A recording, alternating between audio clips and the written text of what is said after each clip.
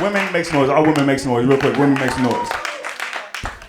I'm on Facebook, right? And I feel like Facebook, like I follow a lot of comedians. I'm a comic, so I have a lot of comedic friends. The funniest people on Facebook are women. And more in particular is black women. All right? Y'all are the funniest people on Twitter. Yo, because women, listen, I tell you what. Because women on their Facebook updates, they always talking to a dude they dealing with indirectly, right? But they'll never want to say his name. Every time they get in an argument, you read their Facebook update. I don't know why dudes want to lie, claiming they at work when they really at the movies with other chicks watching Avatar in 3D. Right? Her girl's like, preach, girl, likes this. What happened? Girl, call me. I can't put my business on the street. Like 5 hours later, claiming he want to have a baby, but he coming home at 5 o'clock in the morning. Right? It's always like on Saturday, because on Sunday, her updates be like, God is such an amazing God and forgiving. And right now, me and my boo are walking around promenade. All you haters can die. I love women on Facebook, man. I'm not from here, man. I'm from Texas, right? All right, that's what's up. And I found out in L.A., y'all gangs, like, y'all for real about y'all gangs. Like, it's not just a movie. Like, now gangs, I'm for real. Like, gangs are attracted to me out here. Like, every time I do a show, I get into an altercation with a gang member. This is a true story. I know we filming, but this is true. I was doing this show, right? Pico, right? It was like 300 black people in there. It was a bunch of ruckus, right? It was like kind of lively, but they was paying me $10 and I needed it, so like I'll do the show, right? And I did this joke, right? I was like, yo, I hate when women drink. This dude in the back was like, we all drink, homeboy. I was like, who talking to you, right? And this woman next to him, she was real black, and she had like a blonde Mary J. Blige wig on, right? Like a big blonde one. And she had on thick black glasses. She's like, he talking to you. I was like, is that your girl? I'm his mama. Right? So I said, well, that's the problem. Both of y'all need to sit down and shut up, right? I was just joking, right? So I got off. I grabbed my girl to bounce, like, yo, Sid, you need to leave. I was like, why? You shouldn't have been talking to that girl. I said, she shouldn't have been talking to me. No, you don't get it. It was her birthday. I said, I don't care. She should shut up on her birthday. He said, you don't get it. I said, what? She a Hoover Crip. Her son a Hoover Crip. It's her birthday. She bought the whole room. They all Hoover Crips, and they all want to talk to you. I was like, are you serious? I grabbed my girl and said, come on, let's go. My girl was like, are you scared? I said, shut up, yes. I got in my car. I stay in Burbank. I'm on Pico. They followed me home for like 20 minutes, right? I didn't even know they was following me until they rolled up and I had my windows down and I was playing a song that wasn't a representation of what I was about. I was playing 50 Cent. Like, I'll kill everybody in the car. I turned it, I was like, no, I won't, right? And they start following. You see us, cuz. You see us. You ever had somebody scare you where you don't even look in that direction no more? Like, I'm just driving. The first thing I could do was just sing the first song that came to my head. It's like, never would have made it without you. We don't care about him, cuz. Like, I know, I'm stupid. I'm running through red light stop signs. We don't care about red, cuz. Like, stupid, man. Like, gang members are attracted to me. Like, I found this out in LA. This is a true story. My boy got shot in North Hollywood, right? Now, whatever, he lived. That's not important. I found out that you don't have to pay for health care if it's gang related. Yes, take that with you. Comedy time. Message. You don't have to pay for health care if it's gang related. Like, I went to go see him in the hospital. He's like, you cool? He's like, yeah, I don't have to pay for none of this. I was like, why? It was gang related. I was like, are you serious? So I tried it. I don't have health insurance. And I twisted my ankle with 24-hour fitness. So I immediately went home. Y'all apparently y'all twisted your ankle too? I twisted my ankle and I don't have health insurance. So I went home immediately and punched my girl in the face. Like, what are you doing? I said, shh, just let it happen. I started tagging my whole house with graffiti. I called the police. They're like, what happened? Like, this is so gang related. Like, what gang are you in? I was like, I'm with Burbank Crips. Like, Burbank Crips. Like, yeah, we knew. We just got started. We ain't got our weapons yet. We still passing out flyers. Listen, we got 7 followers on Twitter right now. If you have an ankle brace. Y'all scary out here, man.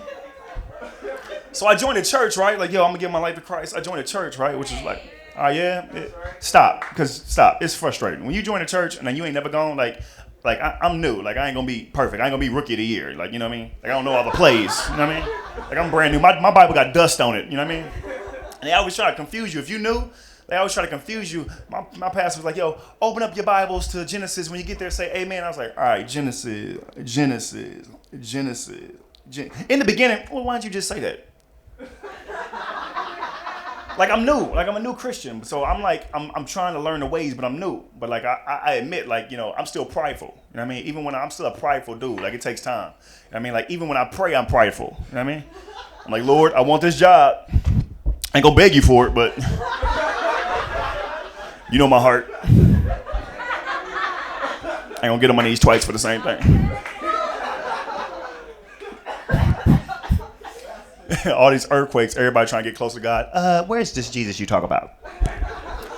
What else is new, man? I saw this movie called Taken, which is one of the best movies I've ever seen in my life. Y'all seen the movie? This is one of the best movies I've ever seen in my life because it was so realistic. Like, you getting kidnapped, you in another country, you underneath for bed, you call your dad for help and you panicked. Like, Dad, help! I'm being kidnapped and they want money! They want money! Help! Help! Your dad tells you, shut up, listen, shut up. Here's the hard part. They're going to take you. I was like, what? That's like something my dad would tell me. Dad, help! I'm being kidnapped and they want money! They want money, help! They want, here's the hard part. They're going to take you. Like, they only want $100. And here's the hard part. They're going to take you. That's how my family is. I got a crazy family. My dad's 76 years old. My mama 55. Yeah, I don't know how they met. I don't know if my dad was at elementary school with candy. Telling, pss, pss, I got a peanut butter to get in the car. Oh my God, he balling. Like, I don't know how they met. And my mom, she from Gary, Indiana, which is like the hood of all hoods, if y'all know where it is. So she real hood, but she try to act civil. That's a true story. Like, my mom, she punched my high school basketball coach in the chest during a game, right? Because I wasn't that good. I was getting dunked on again, right? So my coach lost his mind. She didn't appreciate it. He was like, Sidney, freaking idiot, get out the game. My mom was like, did he just yell at my baby? Right? So my dad was like, Marilyn, calm down. So she asked another family, excuse me, how you doing, baby? How you doing? Yes, you, how you doing? I'm number 31's mother. Yes. Did he just yell at my baby? He did. Okay, thank you, baby. Because all crazy people need is permission to be crazy. So now she come down the bleachers yelling, Woods, let me talk to you for a second. Woods, you think you can just yell at my baby? You think? And what you want to do to a crazy person is make a sudden movement. Because it scares them. You know what I mean? You think you can just yell at my baby? You think he was like, Merlin? She's like, right, she hit him 3 times in the chest. Now security escort my mama out the game in handcuffs. She look at my dad. Come on, Ted, they want us to leave. She's so familiar with the jail system. This ain't nothing but a 5419. This ain't nothing but a 5419. It means I'll be out in an hour. Are you to come get me? Are you to come get me? My dad was like, here's the hard part. They're going to take you.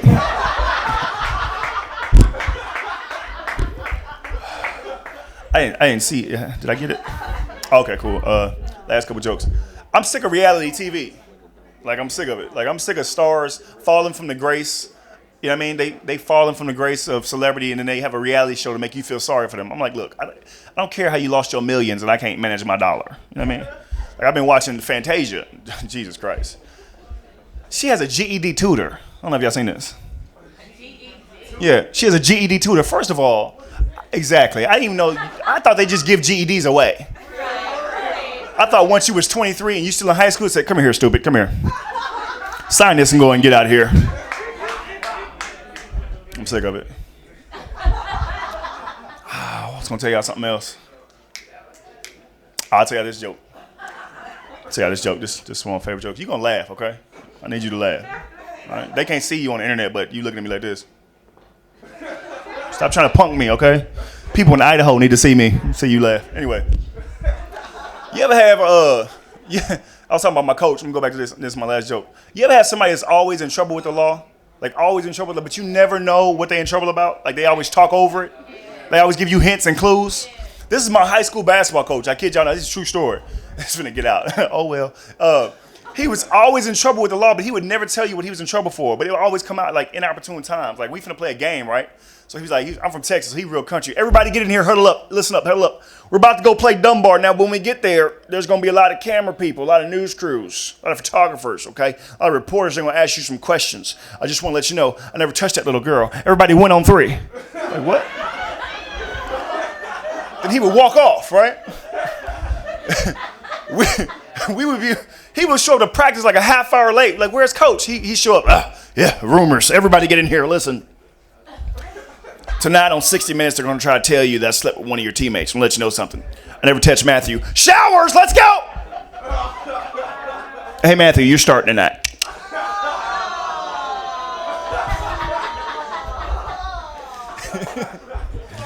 I never touched them on 3. Layup lines, let's go.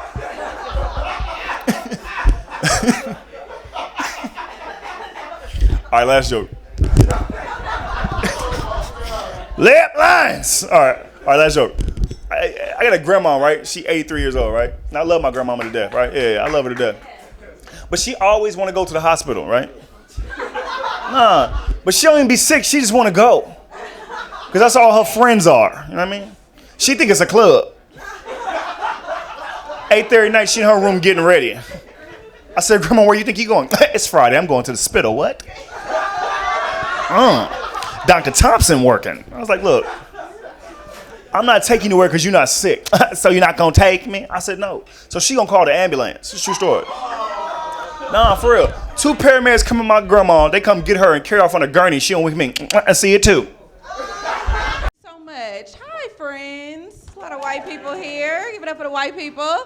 I love white people. White people are the only people I know who give bad news like it hurts. They're so positive. You guys are the only people I know who give bad news like it hurts. It's show bad news, but they give it to you like it causes them pain. Really, just, your card's been declined. We did twice, and did you have another form? It's like, why are you in pain? I'm about to get arrested. God knows what's gonna happen after that. I've been going to white church lately. Thank God for white church. I can't do black church no more. I can't do it no more. Oh my gosh. Don't go to white church acting black though. They don't want to see it. I didn't know, like white church is so welcoming, like come as you are, whatever. This lady, Cheryl Brady, is a real pastor, was preaching a very good sermon. And the white people was just listening. It was crazy. I was like, it was ridiculous. I was the only one in white church going, yes! You better preach that thing, Cheryl. Come on today. That's teaching. Hallelujah. Somebody came and said, we're going to have to ask you to leave. Are these your things? What do you think you are? My goodness. I've been praying for everything now because I'm not welcomed at nobody's church. I pray for everything. On the way over here, Lord, help me to get a good parking space, and I get it. Last month, I got a weave. Lord, please let 3 bags of hair be enough, and it was. Because he cares. Because he cares about the details. Sometimes I think I'm his favorite. Oh my gosh. I used to pray for bad stuff. It'd be 3 a.m, I'm on my way to a man's house, knowing I'm about to fornicate. Lord, help me to get there safely. It's raining so hard. And my brakes are so bad. Traveling grace and mercy. Who prays for sin? I did. I remember I got to the dude's house. Everybody's ready. We're ready. It's about to go down. I said, so you got the protection, right? He was like, oh, I forgot it. I said, this ain't nothing but the devil. It says nothing but the devil. He's trying to impede God's plan for my life. I know what this is. He's been busy all week. Then I remember I had one in my glove compartment. I said, would you look at God? He just keep on blessing us. You better praise him. I said, you could do better than that. Praise him. He didn't have to do this, but he did. Yes. I don't do those types of things no more. At least I don't pray like that with my eyes closed, you know. If your eyes are open, that don't really count. Everybody knows that. I'm not feeling too well. Really, I'm not feeling too well. And I tried to call the doctor. My doctor is so ghetto. And it's a real doctor, it's a legit doctor. The nurse, I called today about some stuff that's happening today. The nurse is like, yeah, the doctor's out of the office all spring and summer. Don't give me months. All spring and summer. What is your winter 2015 looking like? Don't give me no month. What is your winter 2015 looking like? I said, what is my winter 2015 looking like? Okay, well, it's looking like I'm gonna have to keep this baby because I'm just playing. I'm just playing. But what if I wasn't? I'm trying to be responsible and she's trying to thwart God's plan for my life. I don't understand. I'm just playing. I'm so glad I have real health insurance. I used to have Planned Parenthood. Oh my gosh. I don't have a problem with Planned Parenthood, but damn it, the one on Western got to go. They are so this is how they talk to you in the exam room at the Planned Parenthood on Western. Okay, so let me tell you what this smell is. I said, can you close the door first? Yeah, it's just that it's wide open and so am I. And I don't think everybody in the hall needs to know what this smell is. Thank you.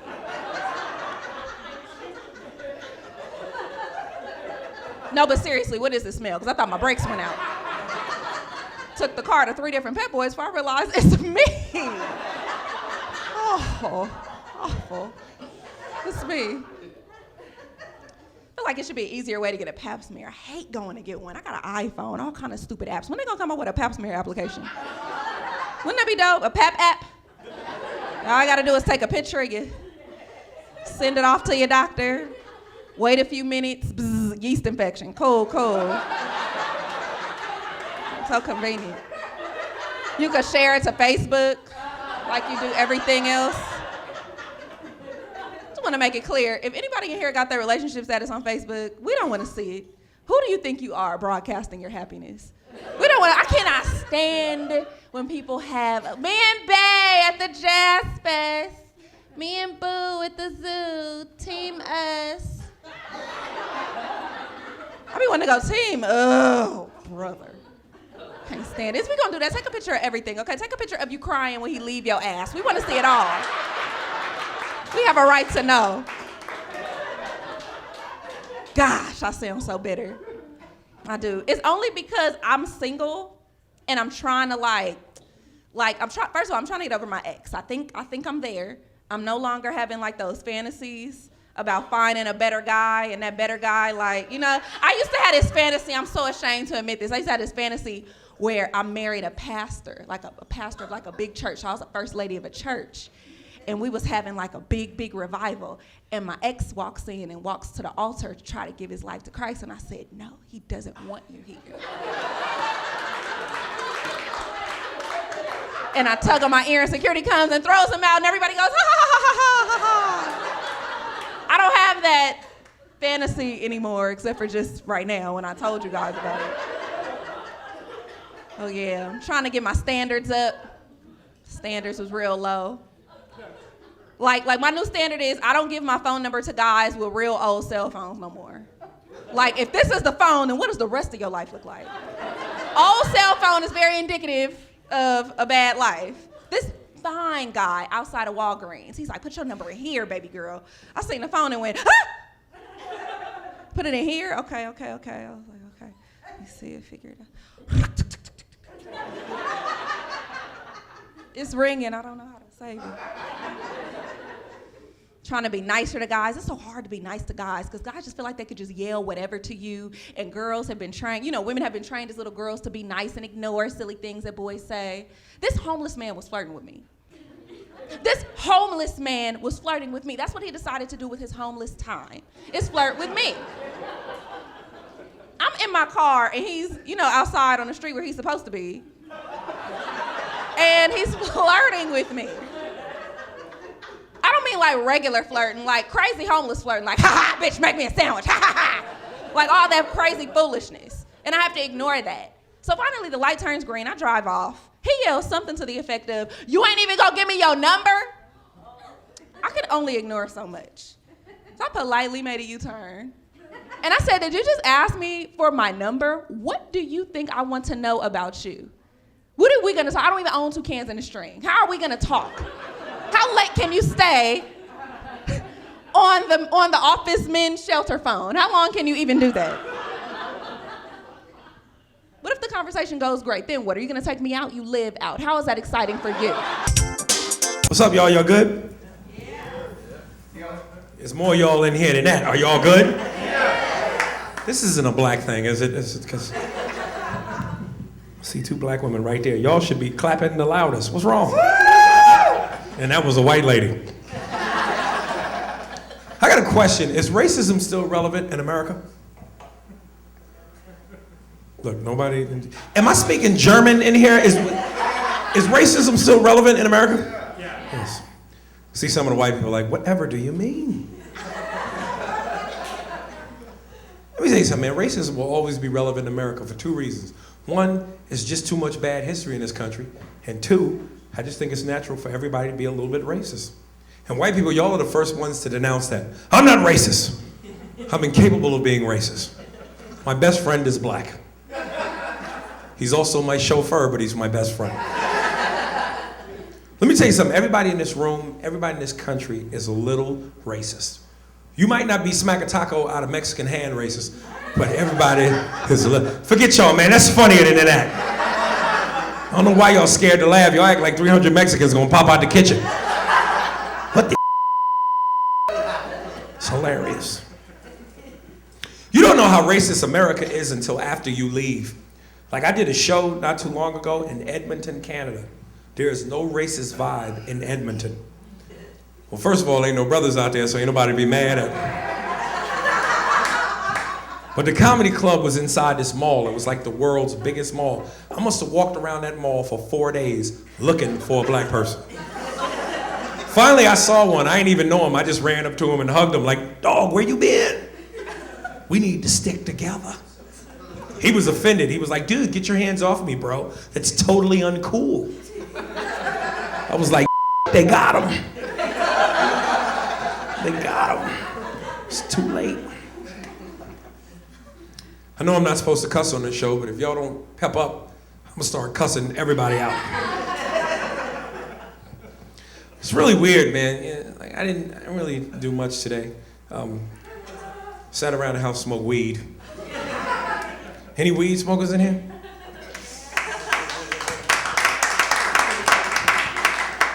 Y'all cops. That was a test. Real weed smokers on yell out. We got codes. Shh. I like smoking weed, man. You know what's cool about smoking weed? It make you think about stuff you normally wouldn't think about. You know, like I was sitting around the house today smoking weed, and I got to thinking, is it possible for a male midget? You got to be high to be thinking about midgets. Said, is it possible for a male midget to have a real big penis? Because I ain't like gay or nothing. It's just, you know, everything on a midget be tiny. You ever see their fingers? They look like them little orange baby carrots. You ever see? Like, could a midget actually have something like this? And I actually know famous midget people. Like, I'm good friends with Lil Webster and Gary Coleman.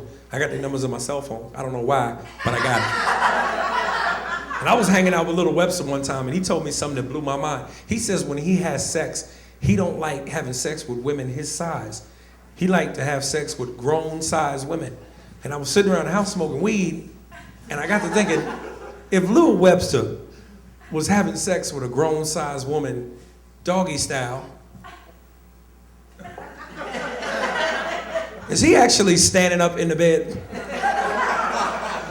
Fellas, you know you get a woman on all fours, your feet flat to the floor. Is he standing straight up in the mattress? Like if you walked in on something like that, your instinct would be to leave. But you'll check that out for a hot minute, wouldn't you? You walk in like, oh my God, I'm sorry. Oh, wow. Dog, look at this. This is crazy. No, he's standing on a Nike shoebox. I can't believe this. Some weed that is deep. It's funny, I just got back from off the road. Comics, we don't really do much when we're on the road, except stay in a hotel room and watch TV. And I'm flipping through some of the stations and I'm watching these programs like Povich and Springer. And I'm noticing white people, some of y'all's kids is out of control. I always want to ask y'all, why don't y'all beat y'all kids? Y'all give y'all kids all kind of timeouts and special places. What the hell is a special place? To a black child, that's a coma. What is that? Black kids don't know nothing about timeout. We know about getting knocked out. That's it. My mother used to slap the out of me in public and I would look at people for help. Like, shut up.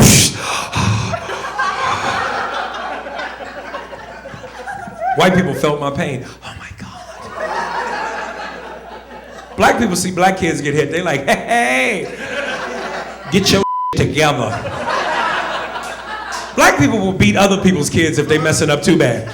Like, miss, you need to whoop this ugly man. Put that down. Here's my website, email, home address. Call me. I'll kick his ass anytime you need. You ain't got to kill him. Just watch him turn red. Just watch him turn. Speed him.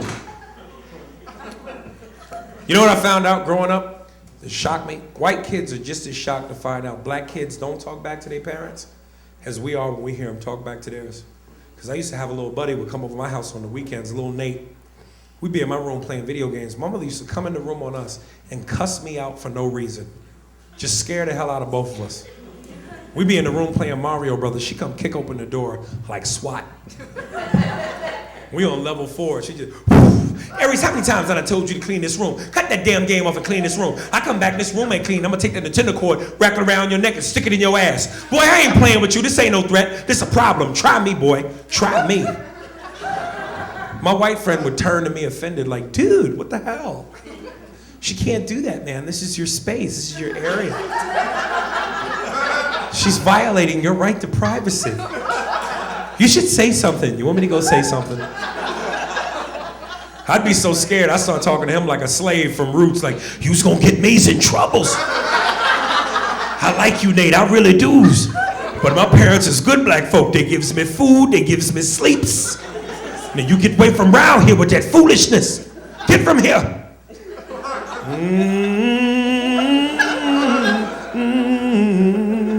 Oh, Lord, Lord. Look, some of the black people chiming in. Let my people go. My mother smacked a white boy. He turned into me. Wade in the water. That's foreign to a lot of the white people. You're like, really? Speaking of physical abuse, before I go, I got to talk about an interesting experience I had with one of my favorite athletes, Mike Tyson. I know a lot of people don't like Mike, but I like Mike. I'm with Mike to the end, which is now, but I'm with him. I actually met Mike, man. It was really crazy because I'm such a big fan of his. I did this show called The Best Damn Sports Show, and I'm sitting on a panel, and it's me, Tyson, Tom Arnold, and John Sally. And Tom Arnold puts me on the spot and turns to Mike and says, Mike, Aries does a good impression of you. Aries, do it. You can smell the feces already, can't you? And usually when I do impressions in front of actual celebrities, they all say the same thing. Oh my God, that was very nice, I'm flattered, thank you. But with Mike, it was weird because I did the impression and I was like, you know, I love boxing and everything that it's done for me. But sometimes I get very frustrated with the media, which is why I get very tyrannical with you. And Mike was kind of laughing, but he wasn't. And he had like this snarl on his face. And after about 6 seconds, he finally said, you know, if you did that 2 or 3 years ago, I'd have chased you down the street and punched you in the spleens. But based on where I'm at in my life right now, I'm very flattered, thank you. And after he said it, I was cool, but I can't lie, I peed a little bit. It wasn't like a big stain, just whoop, just a drop, but I didn't want to get on TV.